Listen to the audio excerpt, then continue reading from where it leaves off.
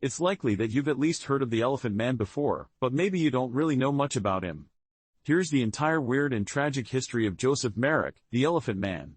Joseph Merrick was born on August 5, 1862 in Leicester, England, and he was born a completely healthy child with absolutely no indication that anything was or would be wrong.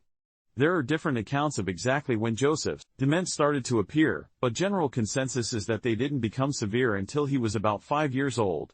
However, he was affected by the disease before his 5th birthday, accounts state.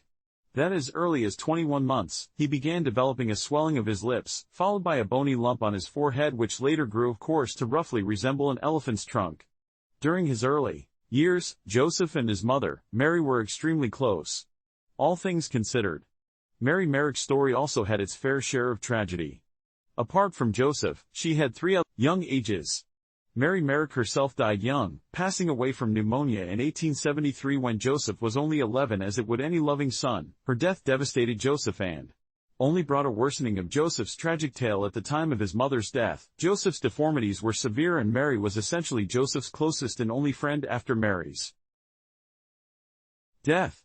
Joseph's father, a haberdasher also named Joseph, married an extremely strict widow named Emma Wood. In all her kindness, she demanded that young Merrick leave school, and his growing abnormalities, which as you might imagine limited his prospects for gainful employment.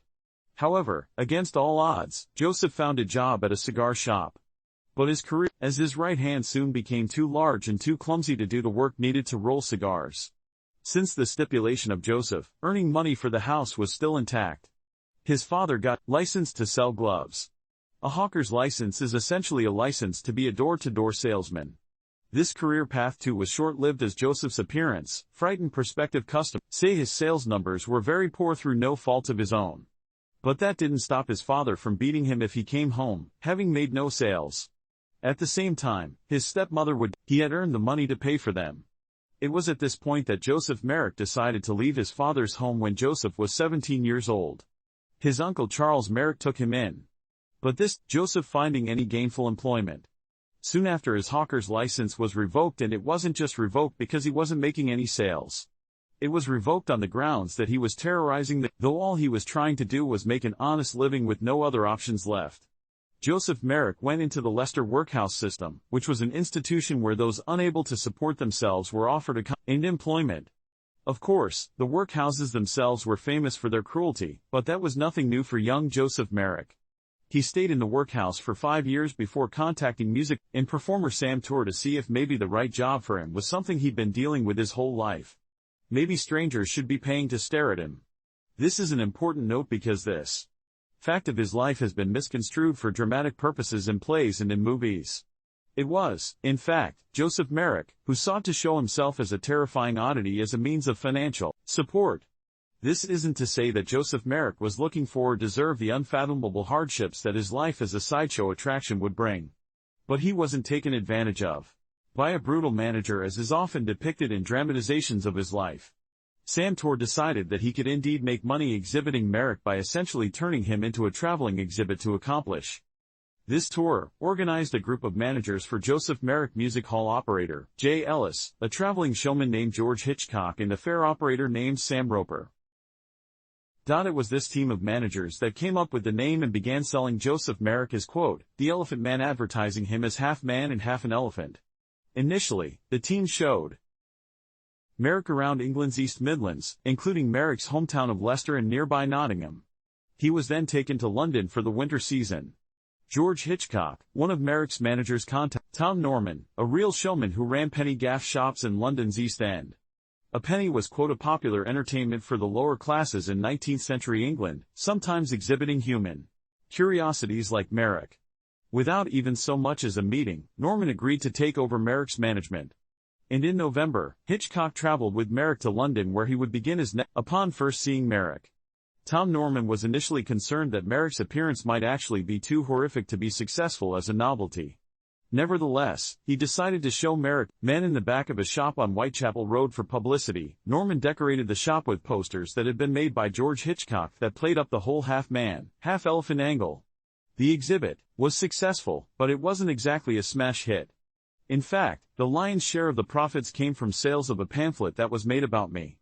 Visitors would purchase it in hopes of learning more about his history. Being a globally famous smash hit, Merrick was able to put away some of the revenue. Reports indicate that he was hoping to earn enough to one day buy a home of his own. Quite importantly and rather fortuitously, the shop on Whitechapel Road where Merrick was on display was directly across the street from the London hospital. This proved to be an excellent location as medical students and doctors would often come to as a medical curiosity. One such visitor was a young house surgeon named Reginald Tuckett who was so intrigued by Joseph Merrick's deformities that he told his senior colleague Frederick Trevis, who would become an integral part of Merrick's life. A private viewing was arranged for Frederick Travis to meet with and to view Merrick. Travis later stated that Merrick was, quote, the most disgusting specimen of humanity that I had ever seen. At no time had I met with such a degraded or perverted version of a human being as this lone a year displayed. After this meeting, Travis's curiosity wasn't sufficiently satisfied.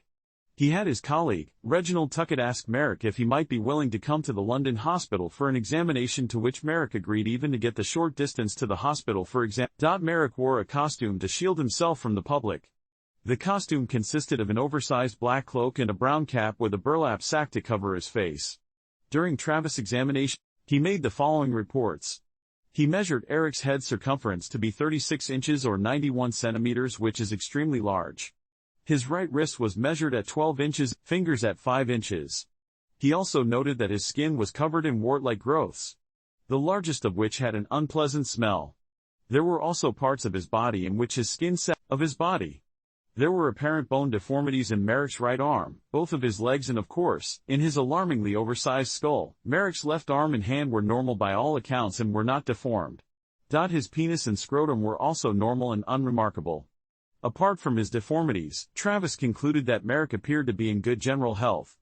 Joseph Merrick allowed himself to be a handful of times before eventually putting an end to it, stating that he felt, quote, stripped naked and felt like an animal in a cattle market. At the same time, in Victorian Britain, tastes were changing. In regards to freak show exhibitions like the Elephant Man, shows like Norman's were no longer seen as entertainment, but actually as a growing cause for public concern, as they were beginning to be seen as indecent pretty shortly. After Merrick's last examination with Frederick Travis, the police actually closed down Tom Norman's shop, and Merrick's Leicester managers withdrew him from Norman's care with that source of revenue now shuttered. Merrick went on the road with Sam Roper's traveling fair. Unfortunately, for all involved, the anti-sideshow sentiment was spreading all throughout Europe, and the traveling fair really didn't find much success. After several false starts, Merrick had no choice to head back to London with nothing to show for his travels. However, because the tour was a bust, Merrick now had essentially no money to his name. To go, he was not eligible to enter a workhouse in London for more than one night because he was only eligible in Leicester because that's where he was a legally permanent resident with no other options. Merrick approached for help, but his speech was unintelligible because of his deformities, and his appearance repulsed the public. At one point, a policeman had to actually help Merrick evade a crowd of people gawking at him and harassing him. The policeman helped him into an empty waiting room. Merrick tried to explain himself to the police to no avail, as he could barely be understood and he was sick and exhausted from his travels. A calling card Merrick had in his possession to contact Frederick Travis. Of course, recognizing Merrick, Travis took him in a cab to the London hospital and admitted him with bronchitis. And put him to bed in a small isolation room in the hospital's attic. After a series of logistical incidents and even public outcry and donations with concern for Merrick's health, it was decided, of his days at London Hospital, he was moved from the attic to 2 rooms in the basement adjacent to a small courtyard. The rooms were adapted and furnished to suit Merrick with a specially constructed bed and no mirrors. During his time in the hospital, Joseph Merrick was well cared for by Travis and his staff. Travis even took the time to learn to decipher Merrick's speech. This was hugely important. Could carry on conversations with his friend and caretaker. Travis visited him daily and spent a couple hours with him every single Sunday. Perhaps one of the most heartbreaking revelations was that Merrick had isolated from women who were repulsed by him. And it had become clear to Travis that Merrick should be introduced to a woman to help him feel normal. Travis arranged for a friend of his named Lila Maturin to visit Merrick, with fair warning about his appearance. Her meeting with Merrick was short but left a lasting impression on Joseph Merrick. He told Travis that Maturin was the first woman to ever smile at him. The first. Maturin stayed pen pals with Merrick. For the rest of his days, Travis believed that Merrick's hope was to live in an institution for the blind where he might meet a woman who could not see his deformities. Merrick gradually deteriorated during his 4 years at the London hospital. He required a great deal of care from the nursing staff and spent much of his time in bed. His facial deformities continued to grow and more dangerously enlarged. He died on April 11, 1890. At the age of 27, Travis's house surgeon found him lying dead across his bed. Merrick had to sleep, resting on his knees because of the size of his skull.